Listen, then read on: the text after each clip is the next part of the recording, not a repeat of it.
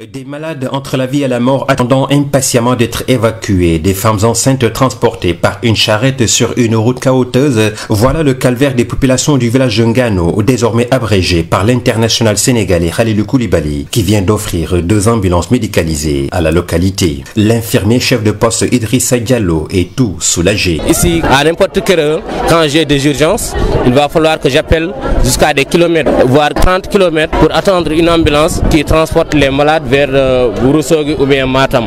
Et vu l'état de la route et encore le temps qu'on met pour attendre l'ambulance, ça c'est vraiment quelque chose de tellement compliqué pour nous. Le donateur originaire du village de Ngano était représenté par son jeune frère Seydou Koulibaly, qui détaille la nature des dons. On a vu qu'il y avait un certain manquement en ambulance, en lit médicalisé, en chaise roulante, et Khalidou a décidé de s'activer, de s'organiser et puis de trouver du matériel sanitaire et essayer de l'expédier le plus rapidement possible pour aider la population de Ngano et la population de Ourossogui et toute la banlieue qui entoure celle-ci. La deuxième ambulance avec son package médicalisé a été offerte au centre hospitalier régional de Ourossogui, où le directeur Dr Ousmane Gueye parle de providence qui tombe à pic. Ça vient au moment où vraiment nous avions un manque criard de véhicules. Tout le temps on était en train de réparer des vieilles voitures qui ont fait plus de 10 ans. Donc vraiment c'était comme un geste qui nous venait du Seigneur, nous pouvons dire. Ce geste du pensionnaire de Naples dans le domaine de la santé ne serait que la partie visible de l'iceberg,